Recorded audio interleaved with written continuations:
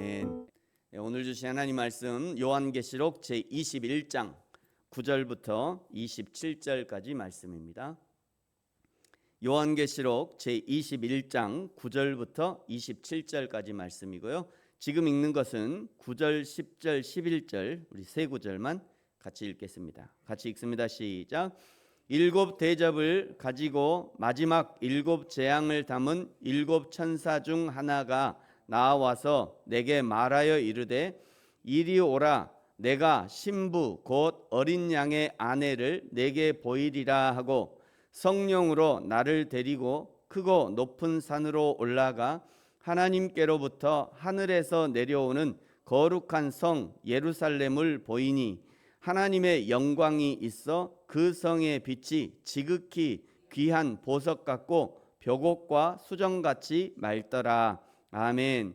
천년 왕국이 끝나고 사단 마귀도 불못에 던져지고 하나님의 생명책에 기록되지 못한 모든 사람들도 하나님의 최종 심판, 둘째 사망, 영원한 지옥에 던져진 후에 이제 21장 2절에 보시면 하늘에서 거룩한 성 새 예루살렘이 내려옵니다. 오늘 9절부터는 하늘에서 내려온 그 거룩한 성 새 예루살렘을 구체적으로 묘사합니다. 9절 끝에는요, 그 거룩한 성 새 예루살렘을 신부, 곧 어린 양의 신부라고 소개하죠. 이 부분이 조금 헷갈릴 수 있는데요. 19장에서 어린 양의 혼인잔치를 할 때 어린 양은 예수님이고 그가 신랑으로 오시고 신부는 성도들이 신부라고, 구원받은 성도들이 신부라고 했는데 오늘 여기서는 거룩한 성 새 예루살렘을 신부라고 소개하고 있습니다. 왜 그러냐면 거룩한 성 새 예루살렘에 성도들이 살기 때문이에요. 이스라엘 사람들은 이 예루살렘을 의인화하기를 좋아했습니다. 그래서 뭐 예루살렘아 들으라, 예루살렘아 회개하라, 예루살렘아 뭐 두 손을 들고 여호와를 송축하라, 뭐 이런 그런 구절들이 많이 있잖아요. 이제 성경에 그게 이제 예루살렘을 의인화하는 거죠. 왜 그렇게 했냐면 거기 사람들이 살고 있기 때문입니다. 새 예루살렘 성을 신부라고 소개하는 이유는 이제 그 새 예루살렘 성에서 성도들이, 구원받은 성도들이 살게 되기 때문이에요. 그래서 그 예루살렘 성을 신부다라고 여기서 지금 소개하고 있는 겁니다.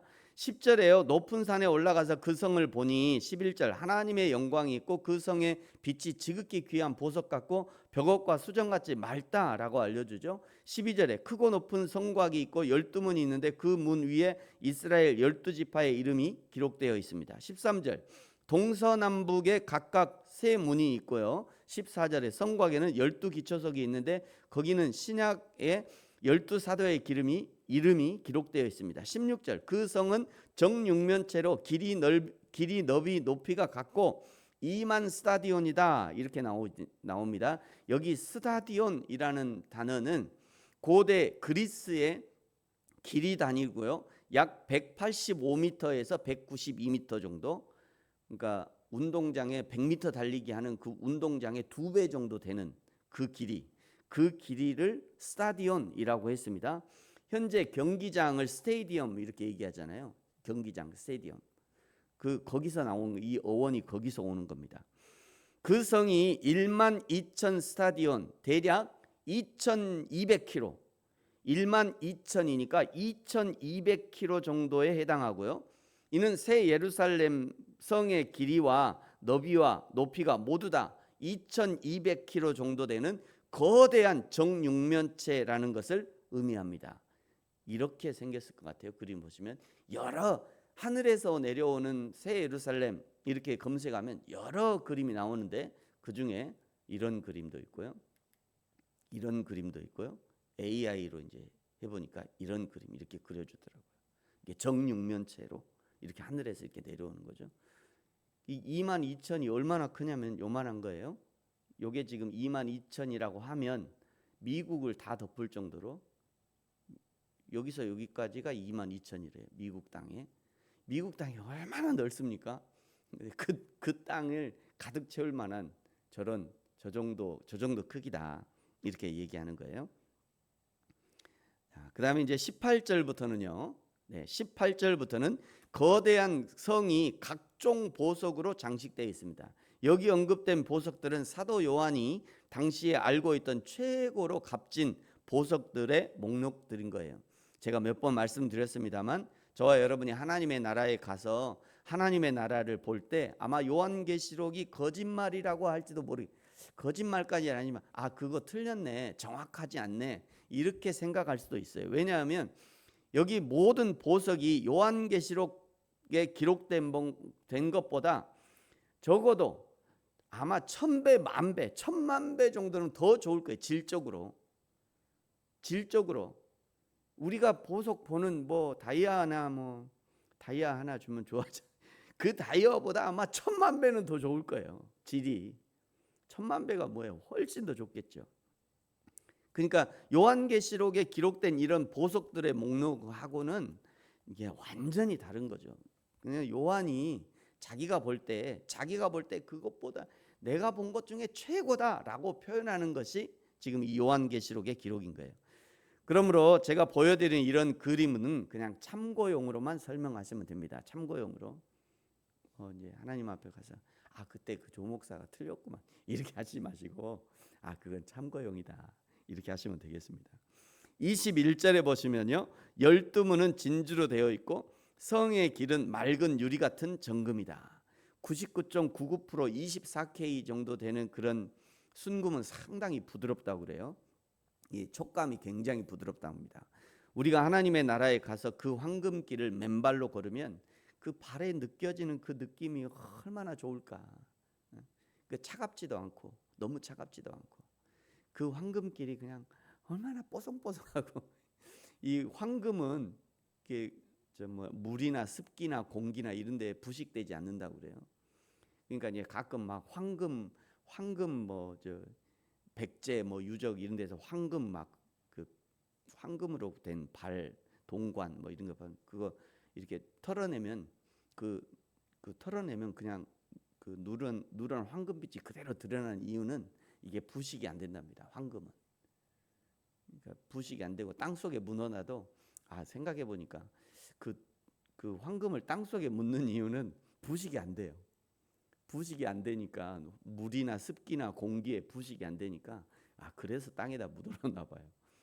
황금은 그렇답니다. 그래서 우리가 그 황금 하나님의 나라 황금길을 걸을 때 얼마나 그 느낌이 좋을까 아침에 그런 생각이 좀 들었습니다. 22절 23절이 조금은 특이한 구절인데요. 성 안에서 22절에 성 안에서 내가 성전을 보지 못하였으니 이는 주 하나님이 곧 전능하신 이와 및 어린 양이 그 성전이심이라. 지금 이스라엘의 예루살렘에 가면 앞에 다시 한 번만 보시고요. 이런 성전이 있죠. 여기가 이제 예루살렘 시내고요. 예루살렘 시내에 이렇게 성전이 여기가 이제 벼랑입니다. 여기가 벼랑이고 그 위에 예루살렘 성이 이렇게 서 있고요.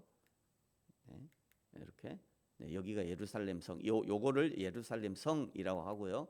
요 가운데 서 있는 요거 있죠. 요게 이제 성전이라고 그러는 거예요. 이게 성전이에요. 가운데. 저기에 이제 지성소가 있고 바깥들이 있고 성소가 있고 지성소가 있고 저 안에 들어가면 그런 거죠. 그런데 이 하늘에서 내려오는 새 예루살렘에 들어갔더니 저 성전이 없대요. 성전이 왜 없죠? 성전이 왜 없을까요? 그렇죠. 하나님 자신이 성전이니까. 하나님이 성전이고 어린 양이 성전이기 때문에 저 성전은 예루살렘 성에 있는 저 성전은 우리 하나님이 여기 있다라고 상징으로 거기다 해. 상징으로 거기 이게 하나님이 있는 거야라고 상징으로 놓았는데 근데 새 예루살렘 성에는 거기 하나님이 계셔 이미. 그러니까 상징을 거기다 놓을 필요가 없는 거예요. 22절이 그런 얘기예요. 하나님이 이미 거기 계시니까 더 이상 그 상징적으로 있을 필요가 없는 거예요. 그래서 이제 저 성전이 없는 거다 이런 의미입니다. 23절에요.